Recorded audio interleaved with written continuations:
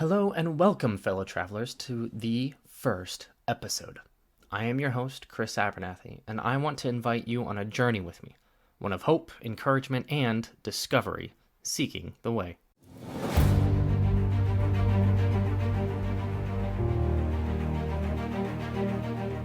Have you ever been sitting in church and the pastor says something super impactful, but you're left sitting there wondering, okay, but why is that? I know I definitely have. You see, the advent of social media has greatly affected our Western culture, to the point that we are in danger of just accepting what we're told. Now, I certainly did, and as a result, I found my faith shallow. And maybe you, like me, want to dive deeper. Well, welcome to the podcast. Now, this podcast is meant to be a forum where we can talk rationally about our faith, because make no mistake, our faith is absolutely rational. Christian faith is rational. In Ephesians 4, Paul is talking about spiritual gifts and the 5 ministries given to the body of believers, namely apostles, prophets, evangelists, pastors, and teachers. He says that these people were given to help build the body of Christ until we all reach unity in the faith and in the knowledge of the Son of God and become mature. Now note here how knowledge and maturity are tied together. I don't think we can arrive at a mature faith until we have approached it in a holistic manner, mind, body, and soul. Now, I also want to say here, it's not my belief that only knowledge leads to a mature faith. Faith in Jesus, true, trusting faith, knowledge to be secure and be building off of firm foundations, and action are the things that make a mature Christian. Now, objectivity is extremely important to me. But if we're honest, if I'm honest, we can never truly reach complete objectivity. We can't. We can't honestly be completely removed from every topic in our life, as we'd likely never become passionate about anything. And what would be the point? So we all have some foundational beliefs that inform the way we view the world, or a worldview as it's known.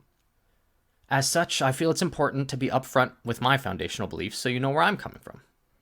Now, my foundational belief could be described as coming from the point of view of a conservative Christian. I know that descriptor probably brings a lot of things to mind, but my hope is that we can suspend any presuppositions that may come about, any judgments, and we can still continue on this journey together, even if you disagree with my worldview. In fact, my hope is that there will be some listeners who do disagree with my worldview, so we can have a discussion. We don't have enough dialogue in America today, which leads us to demonize people who don't share our beliefs. You see, our society has devolved into tribal politics. And as a result, if somebody doesn't agree with us, well, we just write them off. But that doesn't lead to a fulfilling life. That's not how we should live life. We should be able to have honest, open discussions with people who don't share our views. Otherwise, we're never really going to be able to discover what we believe. So with that being said, this podcast will be going over such topics as apologetics, theology, philosophy, and likely some psychology, because, usually that's rolled into the other topics. Now, I'm not going to sit here and say that I have all the answers, but I have spent the past several years of my life investigating some of the most important questions about the Christian faith and in life in general. My bachelor's was in philosophy, and I'm currently enrolled in a Master of Divinity program. I know that studying these topics really has shifted the course of my life, and if it helped me, then if there's even the slightest chance that it can help somebody else, I want to share this knowledge and talk about it. I remember when I first started college, I declared my major to be psychology, partially because I didn't know what else to do, but also because I'm just fascinated to know why people think and act certain ways. Now, throughout the course of this program, part of the core curriculum was Intro to Philosophy. And I found from the very beginning that I was in love with it. The topic that really made me think about the way I view things, though, had to do with the stars. We were asked what we saw when we looked up at the sky, and though I certainly appreciated what I saw, the answer that I would have given would have been pretty basic. Well, I see a bunch of balls of gas in space, because that's what science tells us they are. What the instructor said is really what struck me. He said that it's so much more than that. That in fact, when we look up at the night sky, we are staring at thousands, if not millions, of different timelines throughout the whole universe. Now, think about this for a second. We as humans, as advanced as we are, the amazing things that we've accomplished, we cannot time travel. Now, I'm sure that there are scientists out there trying to figure it out right now, but we have no way of even looking at different timelines, viewing them with our eyes, except through history and text. But when you look up at the night sky, you're not seeing just one timeline, the one that you exist in. You are seeing millions of different timelines in a single moment. Because each of those stars is a different distance away, and each beam of light has traveled not only a different distance, but a different amount of time to get to us. After that, I changed my major to philosophy, and I am so glad that I did. Because the study of philosophy would eventually lead me to a new passion, apologetics. Philosophy, which can be defined as a love of wisdom, is a discipline in which you ask foundational questions about existing presuppositions, pre-understandings, all these things. And so I did that, and I found my faith was shallow. Now, maybe you've had a moment like that where someone asked you a hard question and you didn't have the answer. I knew what I was told to believe, but not why I believed it. So I went on a journey to discover exactly that. And what I found helped to bolster my faith in Jesus in a way I could never have imagined.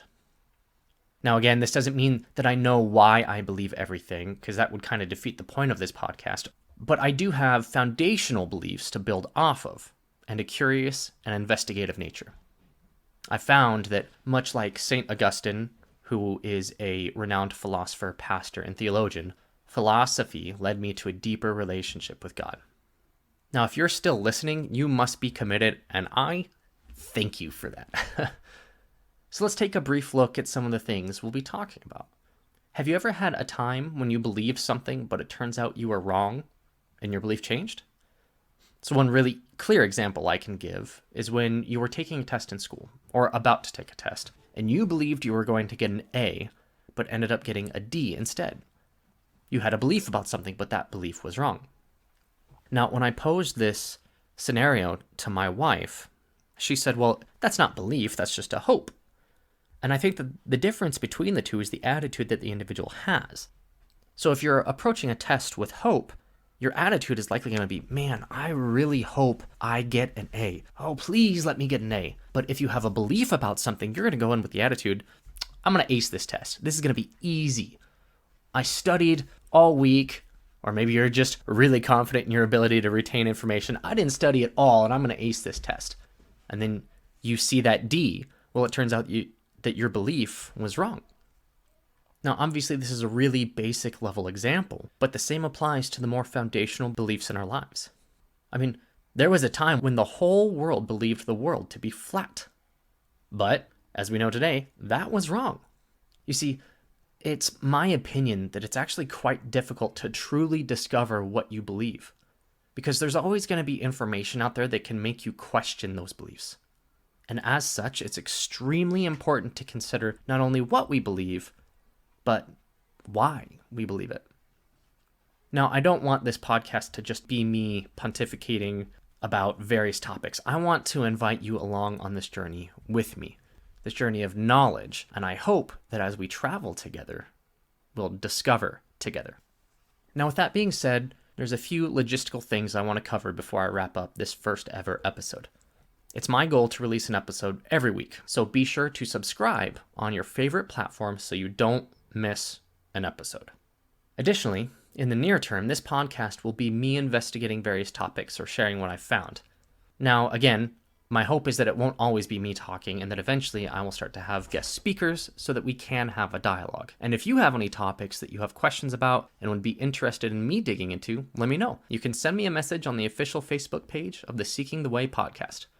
Until then, look forward to our first series on the topic of living our most authentic life. Now, if you're looking for more information, you can find that on the Facebook page. And lastly, before I go, I wanted to give a huge shout out to Cherie Dillon Graphic Design. She came up with this amazing cover art, and I highly recommend her for any of your graphic design needs. You can find her on Facebook as well. Thanks for tuning in, travelers, and I look forward to taking this journey with you. God bless.